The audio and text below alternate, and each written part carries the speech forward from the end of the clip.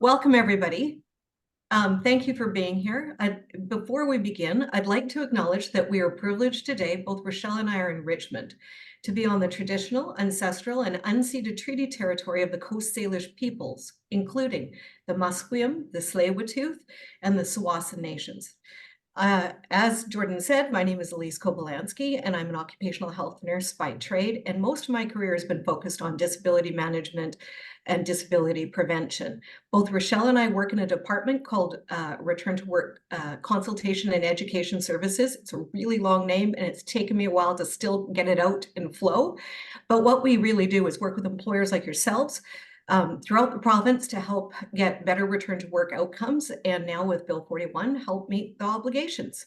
I'll hand it over to Rochelle just to say a few words. Thanks, Elise. Yes, I'm Rochelle.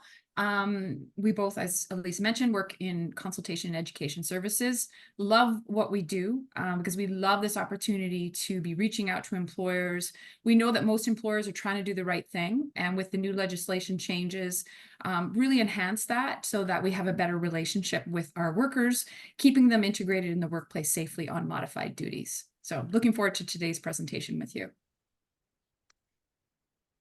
So before we just zoom along, just to make sure, please feel free to, we would rather answer questions in the moment. So if there's any questions, like Jordan was saying, George is going to be nice enough to monitor for us, but please put your questions in the chat or the Q&A section, and we'll try and do our best as we're going through. If the time runs short, then we may have to sort of cull it towards the end.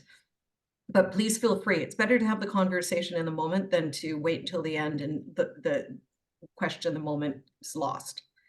All right, so we're going to break this down into two pieces. I'm going to talk a little bit about the legislation that's just come in, the Bill 41 duty to cooperate and duty to maintain employment legislation that began January 1st of this year. We have put out, WorkSafe BC has put out some webinars for employers, for workers, so they understand their obligations. I don't want to duplicate those sessions, but I do want to give you a little high-level overview of what it means, these two parts of the legislation, what they mean.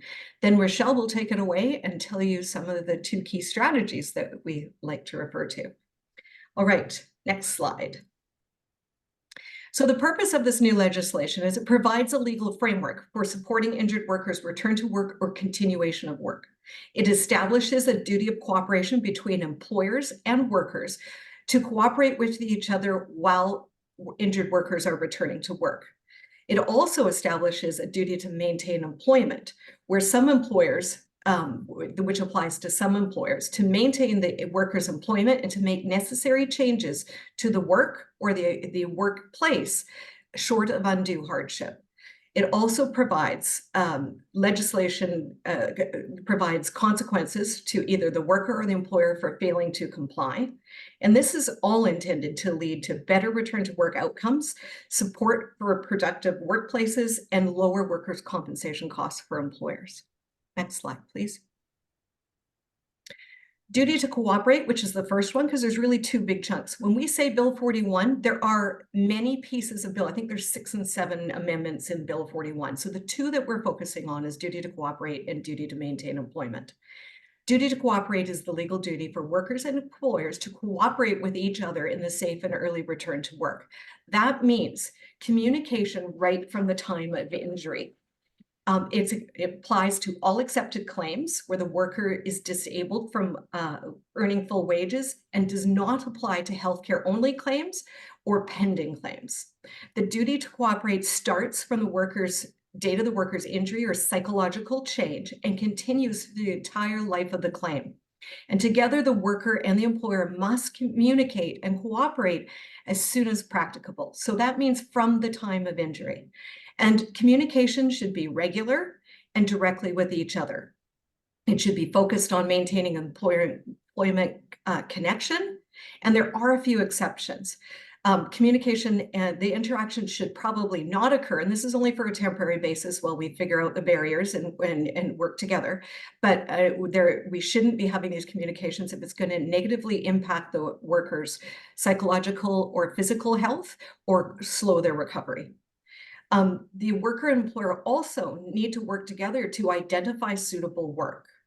Suitable work is a new term in the legislation, and it's kind of an all-encompassing term. It means modified work, light duties, alternate duties, and even their pre-injury duty. That's suitable work. So you'll hear us using that a little bit more, and that's what that means. Worker actually needs to make sure that they are keeping communication with the employer about their abilities, and they're also expected to not unreasonably refuse the suitable work being offered. WorkSafe BC's role in this is to, of course, facilitate and ensure that there's communication is happening, consult and assist with identifying suitable work, determining whether the offer is suitable and reasonable, resolving disputes, and identifying times when there might be failure to comply. I see there's a question. Yes, Elise, we have a question there. Just two questions now, but I'll start with the first one. Yep. What is WorkSafe BC and/or the Physicians College doing to train doctors on these legislation changes? In my experience, it is often the doctor who assesses the injured workers and who makes the general recommendations like duties or take time off that don't work well with modified work programs. Yeah. And one of the things is we recognize the legislation doesn't specifically speak to any healthcare provider, not the physios, not the doctors. And we know that this is a big problem, the doctors in the communities with 2 weeks off, forever off. One of the things that WorkSafe BC is doing to assist with this is we have our own team of medical specialists. We have doctors, we have specialists that are going into the community to speak to physicians and providing information sessions. At the end of the day, the legislation really is between the employer, the worker, and WorkSafe BC with our obligations. And there will be times that when doctors are not listening, not hearing, that they could be potentially putting their the injured worker at risk for having reduced benefits. So we're looking into that. We're trying to provide support. I personally am going to be out there speaking in the physio community on the same thing, because it's not just doctors that sort of indicate that people should just be off work. And that would be potentially considered unreasonable or unreasonable refusal, depending on the information that's on file. So we look at that individually. So there's a second question. Oh, yeah, and I'll just jump in with the second question. So recognizing that the vast majority of worker injuries, both physical and psychological, are legitimate, there is always the potential for workers to game the system, and this legislation may cause a perception that that is now easier to do. What is WorkSafe BC doing to investigate false claims? Are resources for this increasing? Actually, this legislation makes it harder for people to not accept the work that's being offered to them. It gives us a little bit more backbone to be able to say when a good offer has been made, because it is the claims officer that adjudicates that and determines, is it reasonable refusal, is it not? There are times when, because something looks on paper that it's really great and it's the best offer ever, that sometimes there are medical indications that preclude people from participating. But it actually, this legislation makes it no longer so wishy-washy. We need to investigate. And if there is a failure to comply, so for example, in the situation where there's a feeling that the injured worker is not participating in the way that they should, we now have timeframes internally of 60 days where we need to make a decision for the employer based on what's in front of us and whether or not somebody is unreasonably refusing. The investigating claims, and as far as resources specifically, we do have a compliance team that's going to be at WorkSafe BC looking into specific claims if there is a failure to do. Now, we don't want to get there. Our role is always going to be supportive. Let's help these return to works whenever possible. We don't want to get into compliance and suspensions and all of these things. We want to communicate first. But like I said, it gives us a bit of a backbone for that. Good. Good to go. Yeah, thank you. Okay, moving along. Next slide. Please. Duty to maintain employment. This one's a little bit more chunky. So the first one is really about cooperation, working together, and coming up with that safe, suitable, early return to work. Duty to maintain employment adds the legal duty for some employers to maintain employment of an injured worker. And it applies to all accepted claims where employers and workers meet the eligibility criteria, where a worker is disabled from full wages. What that means is the eligibility criteria is an employer that regularly employs 20 or more workers, and the worker must have worked continuously for the last 12 months, and that's whether it be part-time or full-time. A worker's employment is considered continuous unless there is an interruption that 12-month period. And what an interruption would look like would be somebody laid off with no recall date, or where the worker resigns. There are, of course, as usual, always a few exceptions. And that's when if it's a temporary worker or a contract worker where there's an expectation set that I will be called back, I always get called back, or there's a pattern in place. It also doesn't apply when there are layoffs with recall dates, or when people are on leave, WorkSafe BC leave, parental leave, maternity leave, sick leaves, those kind of things. The duty to cooperate, like duty to maintain employment is like duty to cooperate. It starts from the date of the worker's injury or psychological change.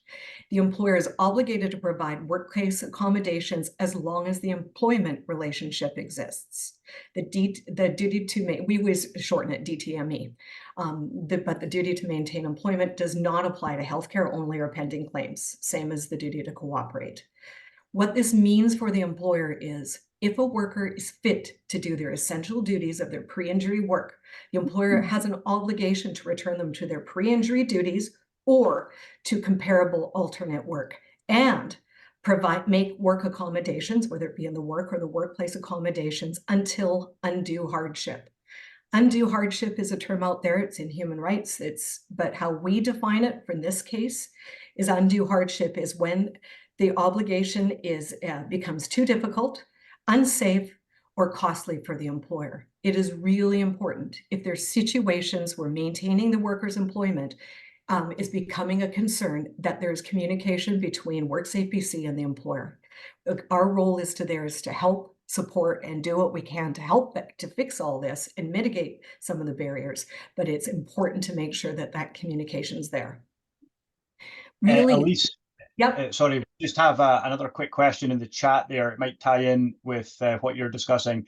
Okay. The question is, if a doctor says the worker can lift 10 pounds to waist and overhead, but the worker insists they can manage 15 pounds to waist and overhead, in the duty to cooperate and the duty to maintain employment, who should the employee and the employer listen to?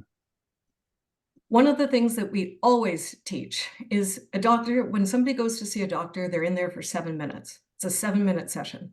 We'd probably put way more credibility into somebody attending a physiotherapist. So if a physiotherapist is spending an hour with somebody or 45 minutes with somebody and determining their functional abilities, to me, that makes more sense. The most important person, and Rochelle will talk about this a little bit later, to have that conversation with is the doctor doesn't know what they really do. The conversation really should be between the employer and the worker and working it out. Maybe you start with what the doctor's saying and see how it goes for a day or two and progress it. It is super important to include if the injured worker in those conversations, because they may feel, what we find as soon as the doctor gets in there and as soon as the doctor writes something, that seems to be law. So start there and move it along from there. And I would change the narrative a little bit. We need to start looking at, and Rochelle again will talk about the benefits of physiotherapy. It's super important to be considering that also as a healthcare provider to give you directions for return to work. Thank you, Elise. Okay.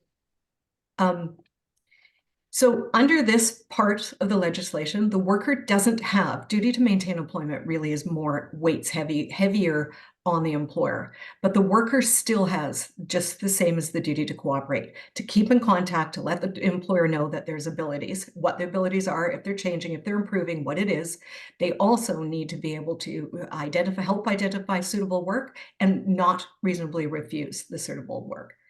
WorkSafe BC in these situations, same sort of idea. It's to assist identifying essential duties, and essential duties is another one of our terms that we are using. Essential duties takes place if a critical job demands. So we're using that interchangeably now. We're moving to the essential duties. When I say that, that's what it's meaning. So it's really to capture the critical job duties, the pre-injury duties, and the help with the suitable work offer. It's to ensure that the employer is getting the information that they need as far as the worker's ability, so the employer can find suitable work. It's to adjudicate when does undue hardship hit, and to help resolve disputes. And finally, help determine some compliance to that. Next slide, please.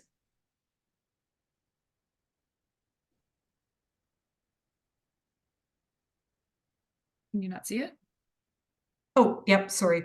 My bad. They all look the same. They start looking the same. It's got the same format. Pardon me.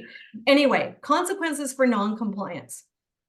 There's a legal authority now to impose administrative penalties or suspend wage loss, reduce or suspend wage loss for workers. That's not our first line of defense. We're not jumping to consequences. We know that many employers already have return to work programs or ability management programs, are doing the best they can, and have implemented some of the return to work best practices.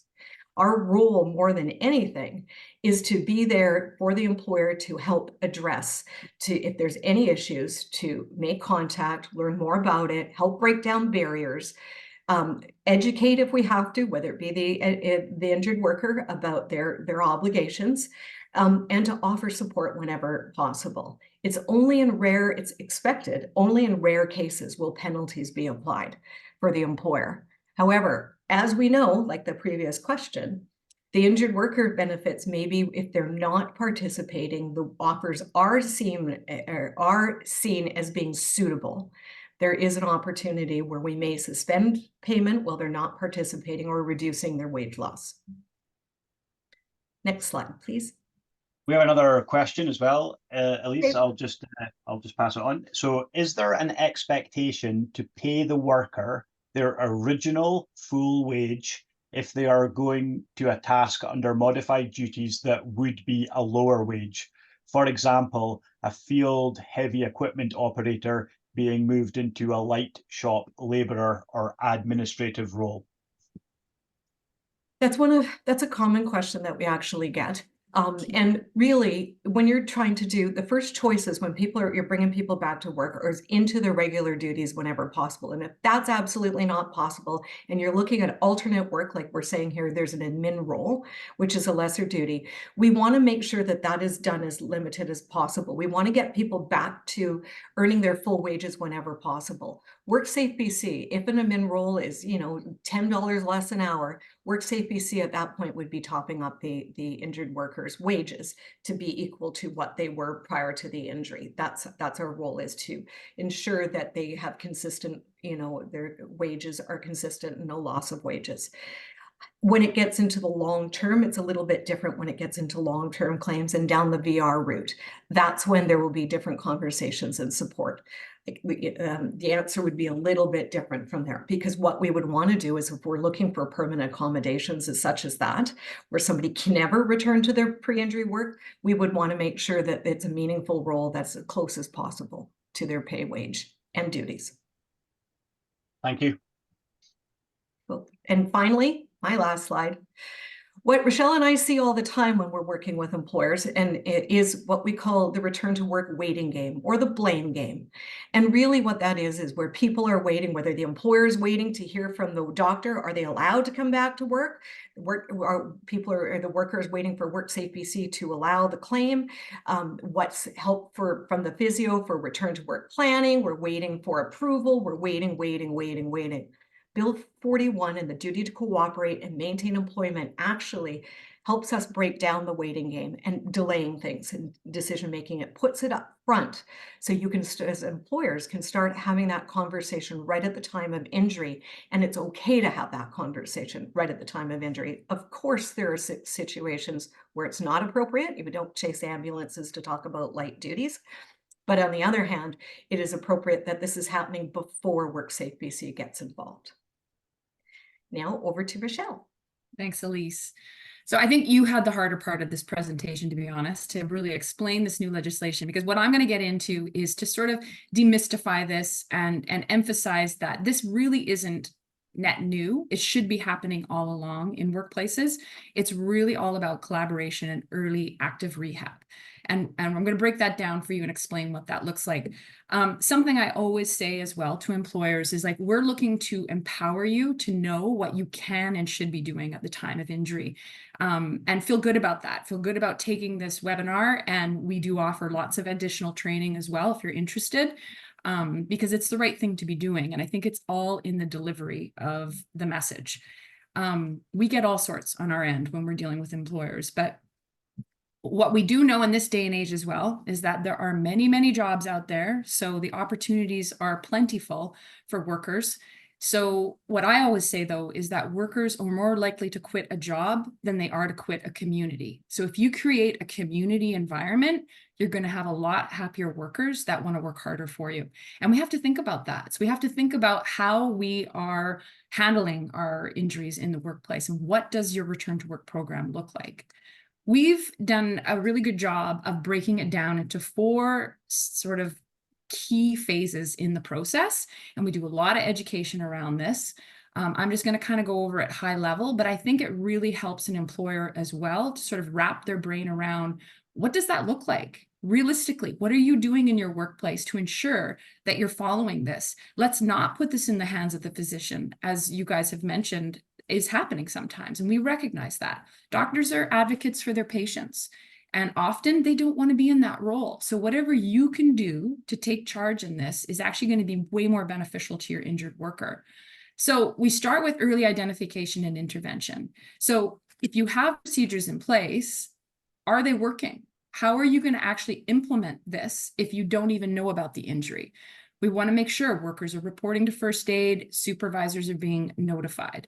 What does that look like currently for you? So then you've been notified of the injury, and we recognize some people might get injured, leave the workplace, and you're hearing about it after. But especially now that we have legislation that is making a worker more accountable, we want to educate and say, hey, this is what you do. You need to call in, and we're going to have a conversation around modified duties. Now, the other thing that often happens is that many employers, and we recognize you're not medical people, but I hear, I can't make an offer of modified duties until I know what the limitations are. And that's actually not true. We really need to simplify this and recognize we're talking strains and sprains, which we know make up a majority of most workplace injuries. We're not talking about, like Elise said, chasing ambulances. If someone's had a serious injury, they're going to need some time for recovery. But we really want to focus in on those injuries that we can reduce the claims cost, and primarily because we're looking to prevent workers from getting into a disability mindset. That's why we do this. That's the real reason that we have robust programs, is because no one should be injured at work and have that impact their entire life, because it will, if they're left to just fall through the cracks and no one is monitoring this and taking care. So we really want to empower employers to make sure you understand these are your people. You need to take care of them, and create that community environment. So early intervention, you've heard about it. They've reported to both supervisor, first aid, and then you're going to make your offer of modified work right away at the time of injury. You have first aid. That's part of legislation as well. That is going to treat that worker. They're going to know if that worker needs to leave the workplace for further treatment. They're not going to keep them there. So in those cases, though, that we know we can assess and treat, let's think about it. We've got some great tools that we'll be able to share with you, but also the worker has to figure it out once they leave the workplace. So if you've got a bad shoulder, whether it's a tear or a strain, we're not going to give them overhead reaching, heavy lifting, dominant one-hand duties with that injured arm. We want to think about that. Like, what would be appropriate that you could offer them? Engage them as well, right? I'm going to talk a lot about collaboration. But we often assign duties to the worker without involving them in the process. And that's when you're not going to have good buy-in as well. Like, they usually have a really good idea of their situation and when they're going to recover. And we recognize that can also be frustrating because you do have this duty to accommodate. So just have that conversation right away, engage them in it, talk about what the first aid report said, typical limitations for the area of injury, and then be prepared to have robust duties, a list of duties. Be familiar with some of your top jobs that seem to be more prone to particular injuries, so that you can really be brainstorming that and you can be really proactive.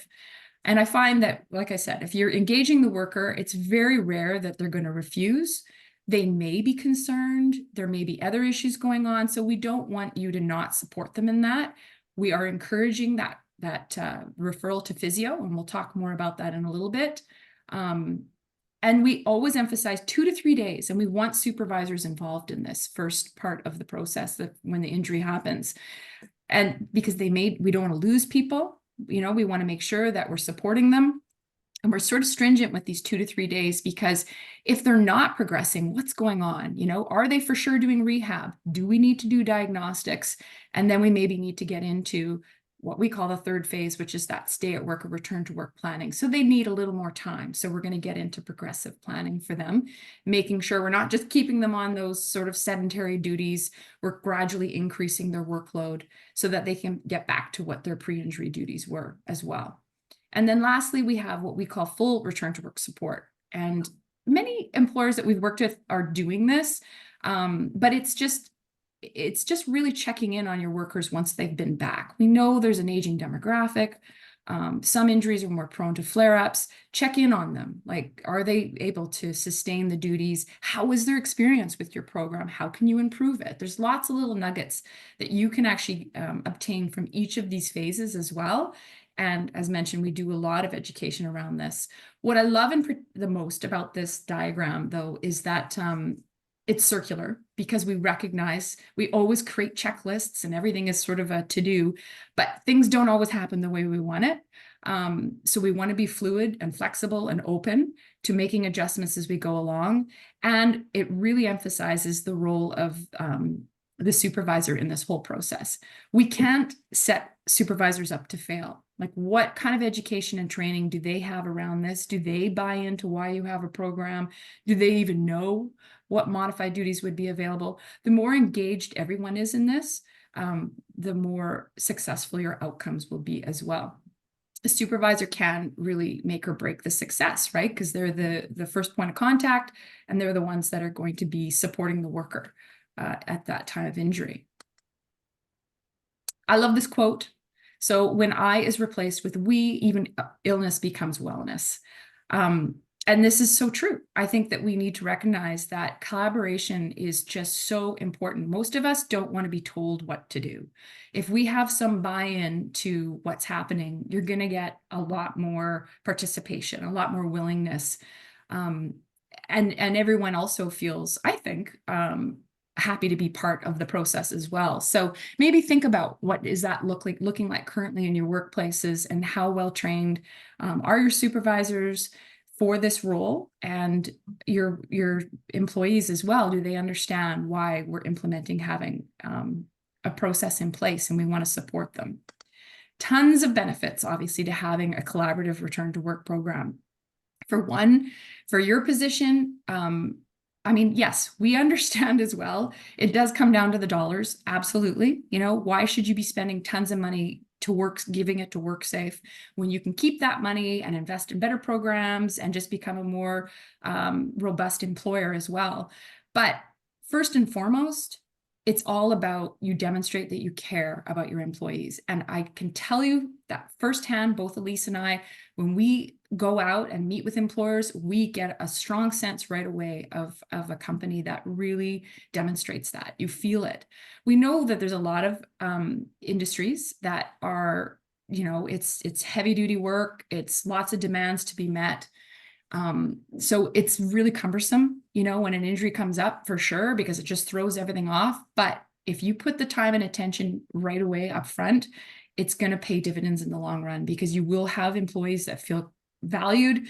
You're maintaining their relationship in the workplace. You're figuring out how can you use their skill set and still keep them integrated. You're helping their recovery primarily, as well, and educating them too on how you can support them with physio in the community, and being aware of what's available for them so that they can recover. Because as I said, it's not just their ability to work, it's life outside of work. And that's usually more important for most of us.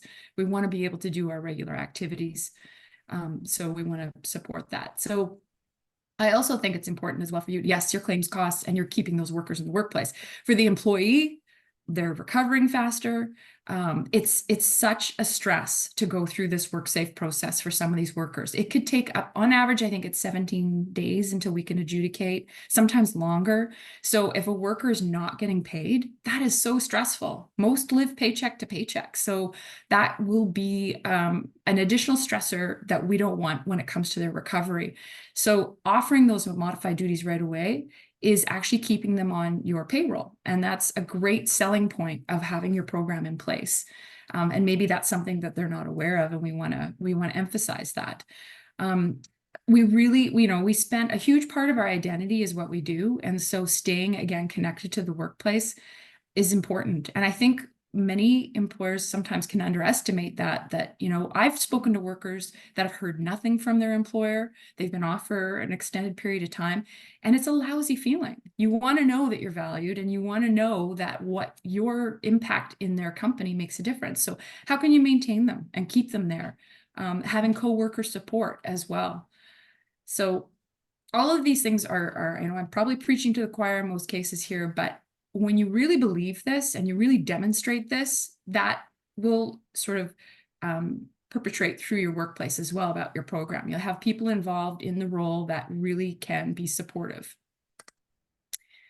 So I always kind of chuckle about this slide because it seems obvious, but honestly, it does come up. There are some pit bull employers out there that we've dealt with that I get it, it's stressful. However, we really want to emphasize that quality of communication at the time of injury is really going to make or break the success. If the employee is being responded to by someone that's going to demonstrate that they're there to help, they want to see, what happened, what can we do, having regular check-ins, really just sort of communicating this front end process to them will help as well, right? You want to set expectations.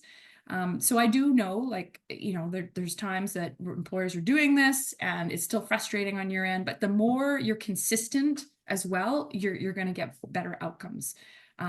We really, don't want workers to be threatened, repeatedly phoned, and asking for information you're not entitled to, such as diagnoses, those types of things. And I know that might sound obvious, but really think about how you're delivering the message at the time of injury to your workers as well. So we know, like I've said, that collaboration really can prevent disability. So in your workplaces, this is an opportunity, hopefully, from taking today's webinar, to think about, are you involving your supervisors in return to work? What is that looking like?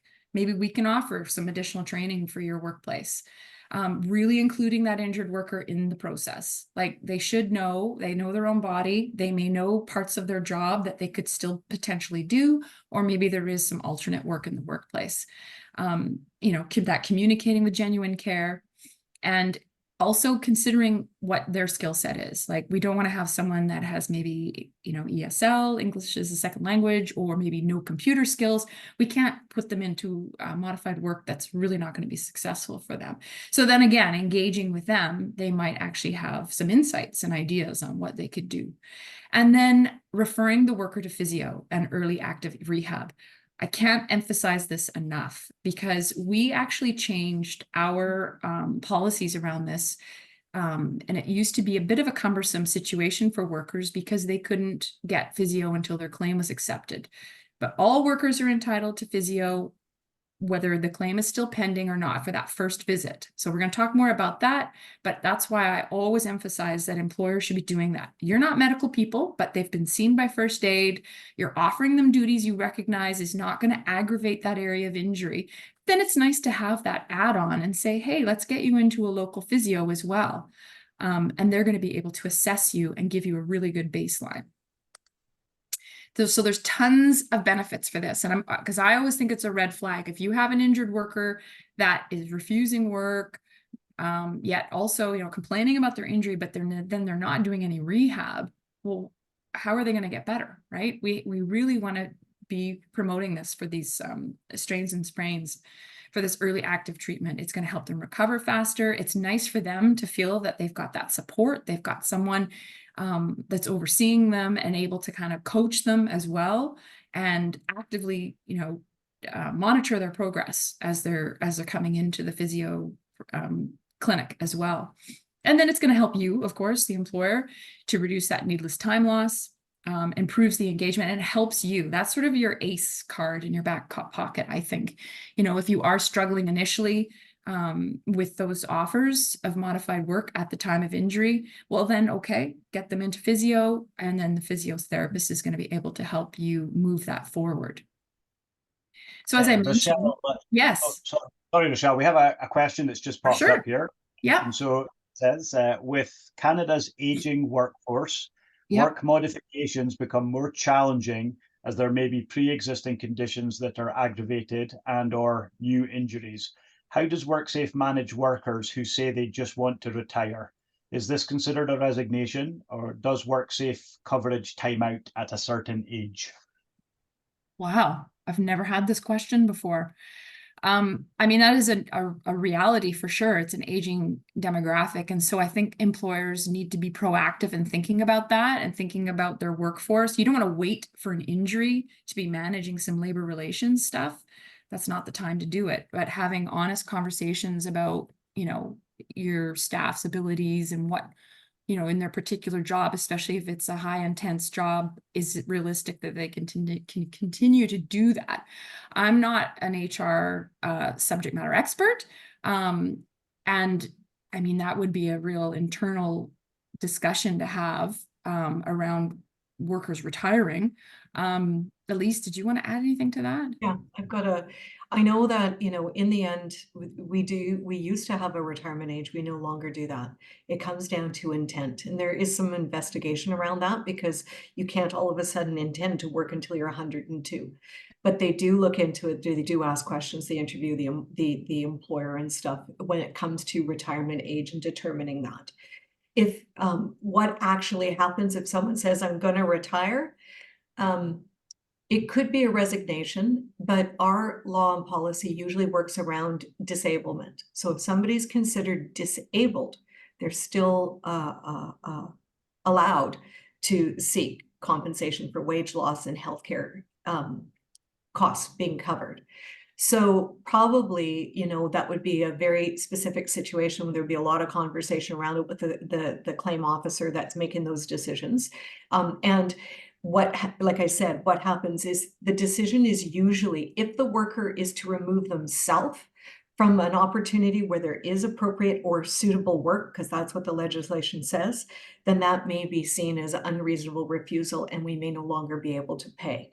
But in the end, it seems like an easy question, but it's really a hard question. A lot of information needs to be gathered. Yeah, I mean, and I think it just, again, emphasizes that when an injury's happened, you have to deal with the injury separate from these other issues with your employee. Looks like there's one more question. Just in the chat. So in the chat here, we have, just to clarify my understanding, we as the employer can refer a worker to physiotherapy without the need for a referral from a physician or acceptance of benefits from WorkSafe BC. Exactly. So I'm going to tell you all about that right now. So with our standard physiotherapy contract, so we have, just like, ICBC has contracted auto body shops throughout the Lower Mainland, we have this with physios here in BC. So all you need is we have an online portal that workers can access, or teleclaim 1-888 workers that they can call and get a claim started and get a claim number. So again, the reason I'm emphasizing, though, that employers need to be involved in this, because you kind of want to have some oversight of this as well. You want to have a little bit of control about your injured worker and what they're doing and helping them through this. So workers then get a claim number, and then they can check out any of our providers in the lower that makes sense. It's close to where the workplace is or where they live, and go in for that first assessment. Then if they need ongoing treatment, though, they will need to have their claim accepted. But at least we know they can get that first one covered for them. So in cases, though, where some employers, if they have a robust program, and I'll talk a little bit more about what a robust program looks like, we actually have another option called early access to physio program. And this is an opportunity for employers to actually set up a relationship with 1 or 2 or 3 physio clinics, where that is where you would send your workers to. And then when you have, so they're then entitled to up to 4 treatments right away. There's great value in this when you have a robust program, right? Because it's the value add is that you've established a relationship with a physiotherapist that's really familiar with you and your job demands. They will get the worker in, they're required to within 72 hours. They always fill out one of our functional abilities forms as well, which can provide some additional information. And you're entitled, whether it's the standard physio or this, you're always entitled to call that physio and have a conversation with them. We, again, really want to emphasize we're trying to empower employers to know that you can and should be managing these situations. So what can you do to find out what more how you can support that worker? And what I love about the program as well is that not only do they get familiar with your workplace, the job demands of your workplace, what that looks like, they'll also come on site and do some coaching as well, which I think is super beneficial. And if you were interested in doing EAP, so the way we have it set up is that there is a self-assessment online. Some of the things though that you go through that list is just how robust is your program, basically? Like, do you actually have procedures in place? Do supervisors know their roles and responsibilities when it comes to offering of modified duties? Do you have a return to work coordinator that is sort of designated to oversee your entire program? That's really important. And do they have the education in injury management as well? Having an injured worker package is important as well. That just is a communication tool at the time of injury, outlines expectations for both the worker and the supervisor so they know. And then you want to actually have a bona fide list of modified duties. Think about what could you offer someone right away, maybe more sedentary type work, and then as they're progressing. So those are the things that we want employers to think about, and if you don't have that yet, that's okay. That's something that our department can help you with, by the way. And then you want to also take a look at our provider list of who offers, who's part of this program for EAP, and take a look at it and see, who might be convenient for you based on your geography or where your workers live. We recognize it's a little more challenging in some of the smaller towns, but we've got some workarounds that we've been doing for that as well to sort of get this physio offered.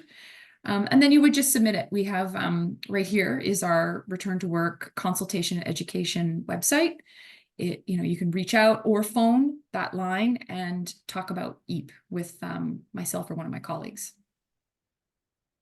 Rochelle, we have a couple of questions. So first one, we are an Alberta company that is required to have WorkSafe BC, but our workers are typically from Alberta. How would the physio be covered with them for the therapist where they live versus having to deal with BC? I'm going to defer this one to Elise because she's going to be able to answer it more articulately. Maybe.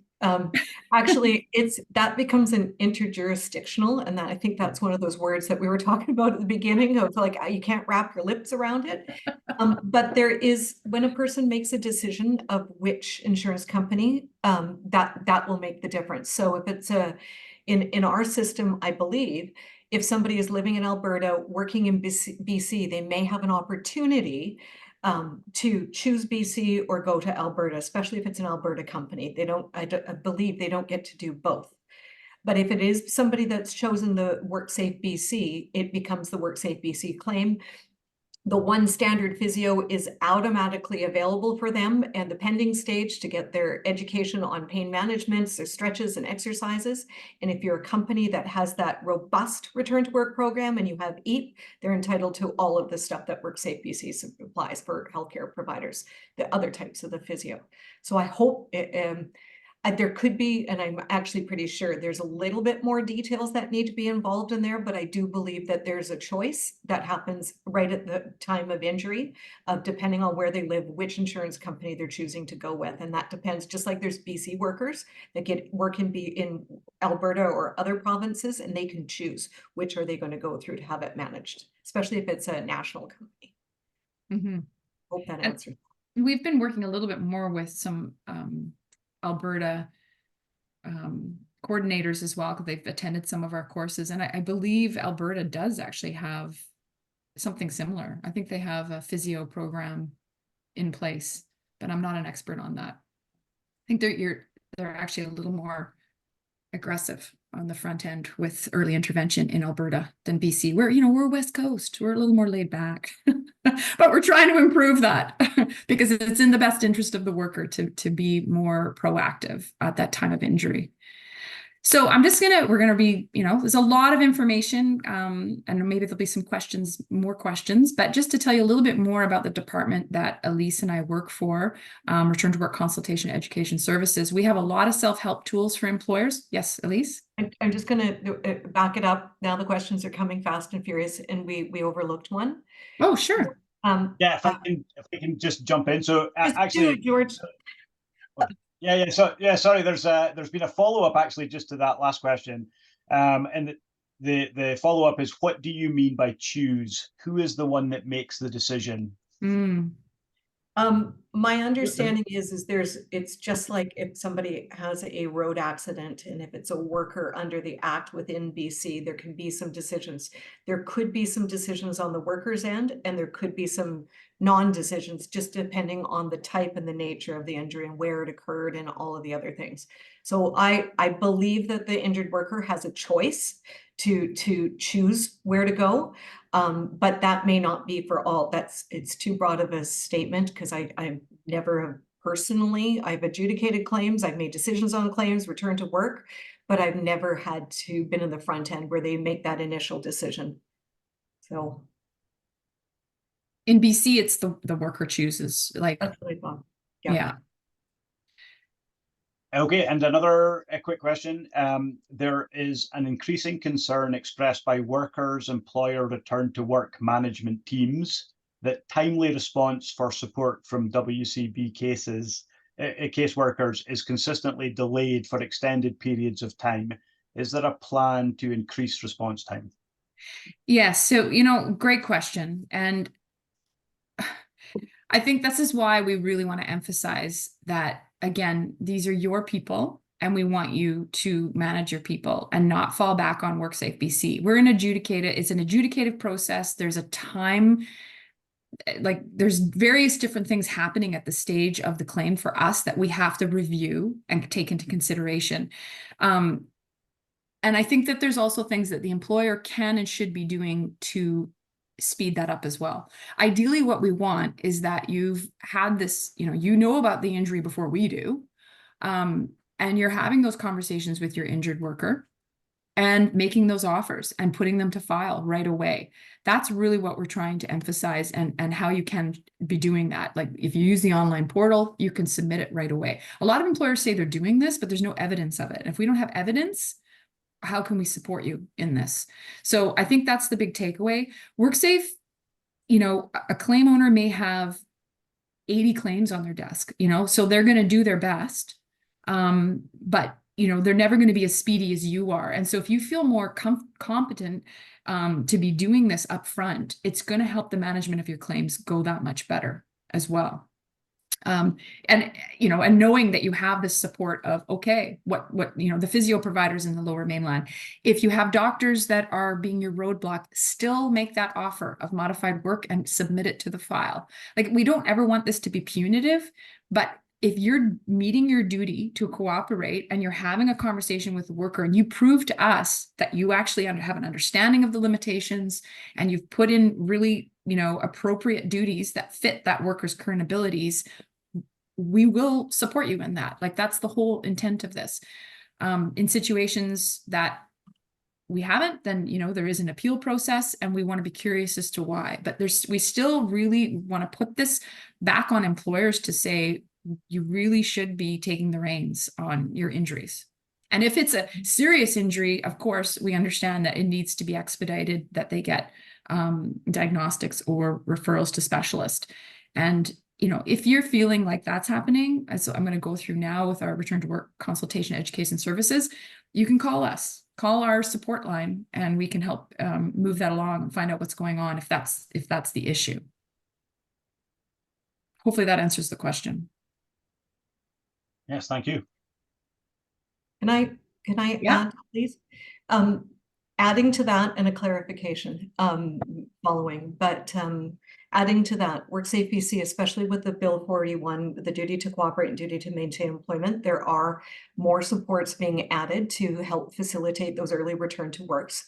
There is return to work planners in place. So even in the pending phase, they're there to help mitigate those situations. So that should assist with some of the turnaround time. In addition to that, they've added a whole bunch of new return to work specialists. So when the claim is allowed, the people that are immediately looking at return to work and supporting return to work, they're adding those people. Again, all of them in hopes of in decreasing that time lag. In addition to that, there are some tips and tricks that we talk about sometimes. Yes, there is times when we've heard it from other employers where people aren't getting the timely response that they need. And there is some ways of putting forward some information instead of waiting on the phone and leaving 37 messages.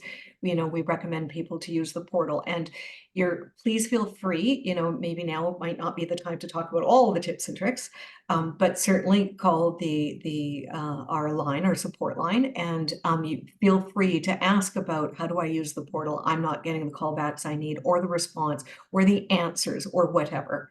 Yes, we don't want you waiting for us to make decisions and do those early help, but once we are in there, we should be there providing you that support. So please feel free to call our number that's on the screen right now, or the email.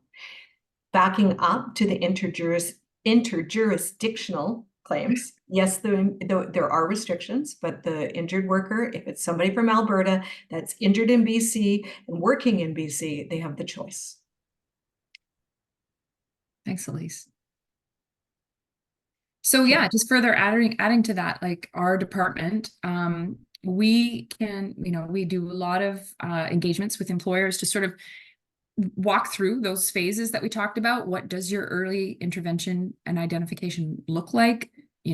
Are your supervisors trained? We can offer training for them as well as for the return to work coordinator, who's really, really pivotal in an organization to have oversight of your program as well. We can help you with this early access physio program if that's something that you're also interested in looking at. And if just, that early intervention phase, when it is still kind of going through the process with WorkSafe, you can call us and we can help you. Like ideally, we want to just have that consistency, that front end actions are happening on your end, that the workers are knowing to report, that they're having conversations, that they're getting those offers, you're referring them to physio. And then yes, absolutely, if you need to have the additional back end support from WorkSafe.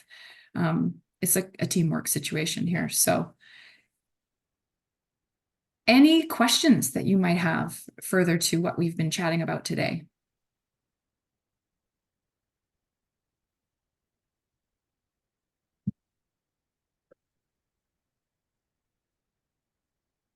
It's crickets. It's okay. I appreciate the questions coming in and the time, because sometimes, like I said, it's sometimes easier to answer the questions when they pop into your head than it is later on. So I'll just leave you then with, again, our direct email for our department and the phone line. I think this is important for you guys to just write down. If you are interested in any training and education in your workplace, or have some questions that come up claim related, we can only kind of guide you. We're not claim owners. We always want to sort of steer you in that direction, but we know that things will come up and we're happy to help you with that.